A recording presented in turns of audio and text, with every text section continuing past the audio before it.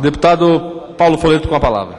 Presidente Luiz Fernando Machado, eu primeiro quero fazer um registro da demonstração de unidade que a bancada do PSB nessa casa deu no sábado passado, ao comparecer em peso 10 deputados federais espalhados do Ceará e do Rio Grande do Sul, de vários estados, estiveram conosco no estado do Espírito Santo. Fizemos uma conversa com o nosso governador Renato Casagrande a respeito do caminho que o nosso estado está orientado através da sua liderança, e fomos todos na prestação de conta, deputado Aldifas. Então, a presença de 10 deputados federais fora do Espírito Santo, além dos capixabas, a presença do nosso presidente Eduardo Campos, a presença do nosso ministro da Integração Nacional, Fernando Bezerra, são uma demonstração da união e da unidade da bancada do PSB nessa casa, e nós queríamos agradecer a nossa líder, deputada Sandra Rosado, que foi uma das coordenadoras desse movimento, deputado Aldifas. Queria também registrar um documento que recebi do diretor-geral da Agência de Serviço Público de Energia do Estado do Espírito Santo, ASP, doutor Luiz Fernando Esquitino, que nos comunica o seu reenvio de um documento à ANEEL em função de uma diferença tarifária que praticamente inviabiliza a atividade industrial do ramo de cerâmica, do ramo de confecção na região da minha cidade, na região da cidade de Colatina. Nós não estamos fazendo pré-julgamento nenhum contra a concessionária, ou a favor da concessionária, contra o segmento industrial ou contra o segmento industrial. Mas nós fomos à ANEEL, acompanhando vários segmentos industriais, pedindo uma justificativa porque da diferença em algumas situações de cobrança de 80%, o que praticamente não dá condição de competitividade aos ramos industriais da região noroeste, que tem a concessão de qual a empresa de luz é concessionária.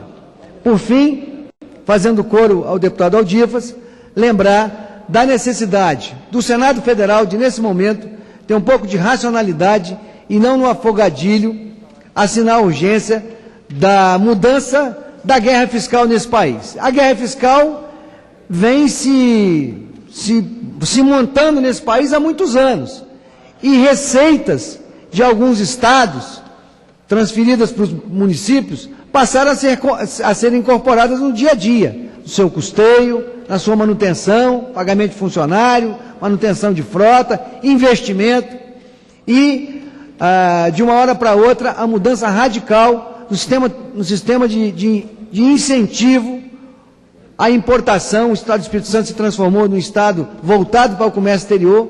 Se for cortado, traz um prejuízo ao Estado, que somada à dúvida da questão do royalties, praticamente nos obriga a dizer o seguinte: presidenta Dilma, está aqui a chave de 80% dos municípios do Estado, está aqui a chave da porta do Estado, só se o governo federal tomar conta, que é o grande arrecadador da nação. Então, nós queríamos, nesse momento, queria até fazer uma lembrança para os nossos colegas.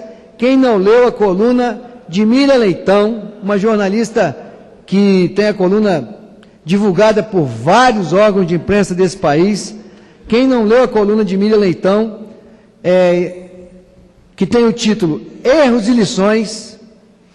Lições, faça uma lida porque está excelente, de forma racional, de forma explicativa. Ela inicia: a Chevron errou redondamente, merece as punições cabíveis, e puni-la ajuda também como alerta para as outras empresas.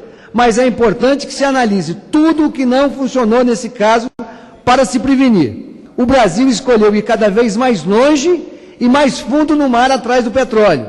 O produto brasileiro é marítimo e o país tem que redobrar os cuidados. A necessidade de uma vigilância, de uma prevenção, de uma responsabilidade. A Agência Nacional do Petróleo, quando faz a concessão, ela é copartícipe ao autorizar que uma empresa faça exploração e não tenha o mecanismo de prevenção, e o mecanismo de proteção é uma atividade de risco e vai haver. É uma atividade de risco e a possibilidade de acidentes acontece.